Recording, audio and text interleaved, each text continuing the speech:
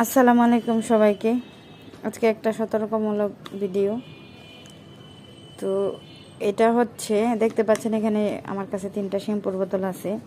এই বোতলগুলো আসলে আমি কিনে খুব ধরা খাইছি।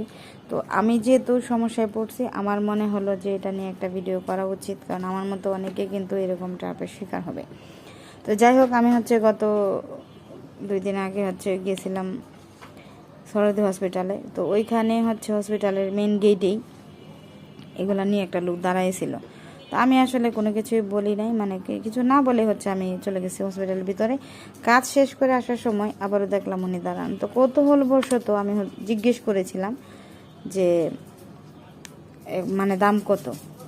তো কি বলবো, সাথে সাথেই উনি বলতেছে যে রেট দেখায় যে এটা তো দাম 350 টাকা, তাইলে আপনি দুইটা 700 টাকা দেন।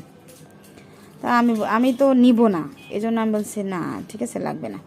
বলে না কত দিবেন বলেন বলেন, এত জোরাজোরি করতেছে, আমি তার থেকে ছাড়াই পাইতেছি না। তো আমি ভাবলাম যে এরকম একটা দাম বলে দিই যাতে আমি চলে যেতে পারি। তা আমি বললাম যে দুইটা 200 টাকা দেব।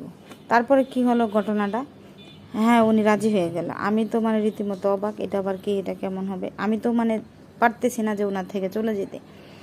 পরে আমি বললাম যে আমার কাছে ভাঙতে নেই। উনি আরেকটা শ্যাম্পু এনে বলেছে এই যে নেন, এটা সহ নিয়ে যান, 3টা 300 টাকা দেন। আমি তো খুবই বিপদে পড়ে গেলাম। তারপরে এক পর্যায়ে জোরাজোরের ইয়েতে আমি আনতেই হইলো। তো 300 টাকা দিয়ে নিয়ে আসলাম। নিয়ে আসার পরে যা দেখলাম, এটা ভালো না। আপনার এই যে ইউজ করার যে কোটা থাকে সেগুলো সংগ্রহ করে এটার মধ্যে নকল শ্যাম্পু যে অথবা এগুলো ঢুকিয়ে এটা কিন্তু রেপিং করা ছিল। আমি খুলে তারপরে বুঝতে পারছি বিষয়টা, কিন্তু আগে কিন্তু রেপিং করা ছিল, আমি বুঝিনি। তো এই জন্য বলবো যে যারাই এরকম, শুধু হসপিটাল না, বিভিন্ন পার্কে বা বিভিন্ন জায়গায় থাকতে পারে এরকম।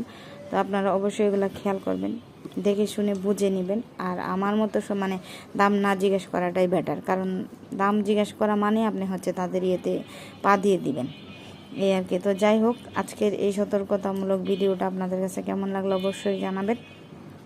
আর বেশি বেশি একটু শেয়ার করে দেবেন, কারণ এটা সবার জানার খুব দরকার। তো যাই হোক, সবাই ভালো থাকবেন। আল্লাহ হাফেজ সবাইকে। আসসালামু আলাইকুম।